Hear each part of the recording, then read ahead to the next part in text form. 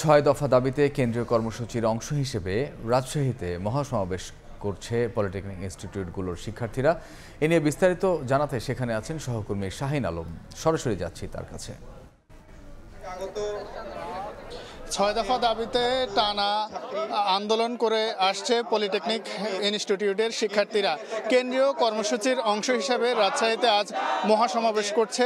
রাজশাহীতে যে পলিটেকনিক রয়েছে সে পলিটেকনিকের শিক্ষার্থীরা আমরা এই মুহূর্তে রাজশাহী পলিটেকনিক ইনস্টিটিউটের যে মূল মাঠ সেখানে আমরা অবস্থান করছি। এখানে রাজশাহী সহ রাজশাহীর আশেপাশে যে পলিটেকনিকগুলো আছে সেখানকার শিক্ষার্থীরা এসে এখানে জড়ো হয়েছেন এবং বিকাল 3:30 নাগাদ তারা এই মাঠটিতে তারা মহাসমাবেশ শুরু করে।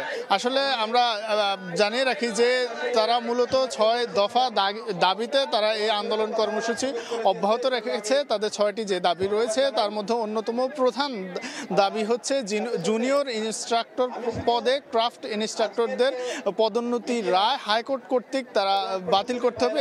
এই দাবিটি তারা জানিয়ে আসছে এবং এই দাবিটি হচ্ছে 6টি দাবির মধ্যে তাদের প্রধান একটি দাবি হচ্ছে সেটি। এবং নন টেকনিক্যাল ক্রাফট হটাও তারা এই ব্যানারে কিন্তু তারা এই আন্দোলনটি করছে। গত কয়েকদিন আগে আমরা দেখেছি ধারাবাহিক কর্মসূচির অংশ হিসেবে তারা কিন্তু রেল লাইন অবরোধ করেছিলেন এবং সড়ক অবরোধ করেছিলেন এবং গতকাল আমরা দেখেছি যে তারা ইনস্টিটিউটের প্রধান ফটকে একই দাবিতে তারা কিন্তু লাল পতাকা দিয়ে তারা ইনস্টিটিউটের প্রধান ফটক তারা ঢেকে দেন।